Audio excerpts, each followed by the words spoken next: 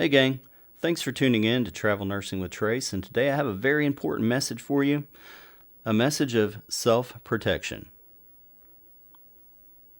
It was 4:30 in the morning, and I was renting a room in Odessa, Texas, and I heard a very loud sound, very loud. I couldn't tell if it was coming from maybe inside the home that I was renting the room from, maybe another tenant had dropped something, but it was very early in the morning, and I thought, more than likely not. I grabbed my gun off the side table and walked to the front door to notice a man was trying to kick his way through it. He had an empty duffel bag in his hand. I was able to secure the inner door and speak to him through the storm door, which he had already busted down. He was trying to talk to me, and I kept telling him, "I can't hear you. Speak up." And he kept getting lower and lower and lower with his level of speaking, trying to get me to open the door, which I would not do. Pulled out my phone and recorded most of the interaction. Told him that I've called the police.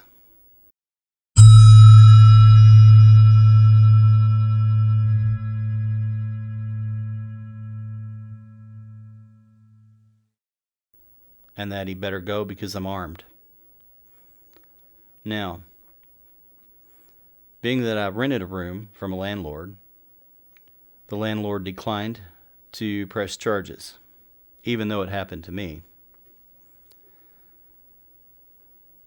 My message today is, I can't imagine what might have happened had I not been armed.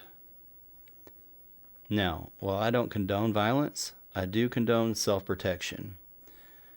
And as a traveling nurse, you're going to go to a lot of places that you've never been before, that have differing levels of crime. You're going to areas that you're not familiar with. You're going to be living in areas for an extended period of time that are unknown to you.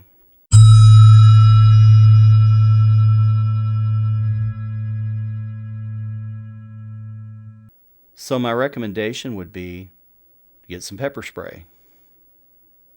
Get a very large walking stick. Get a dog. Buy a gun. Be trained to use it properly and safely. It's not a matter of if anything will happen, as much as when it could happen to you. Whether it be a person, an individual who want to cause you harm, or maybe a wild animal out on a hike.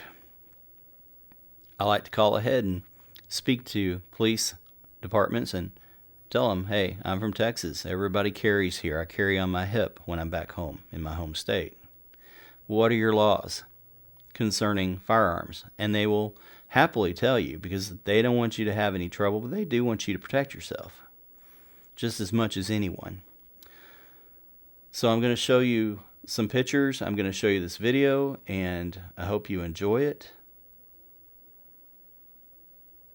I want you to understand that it's okay to protect yourself. It's okay.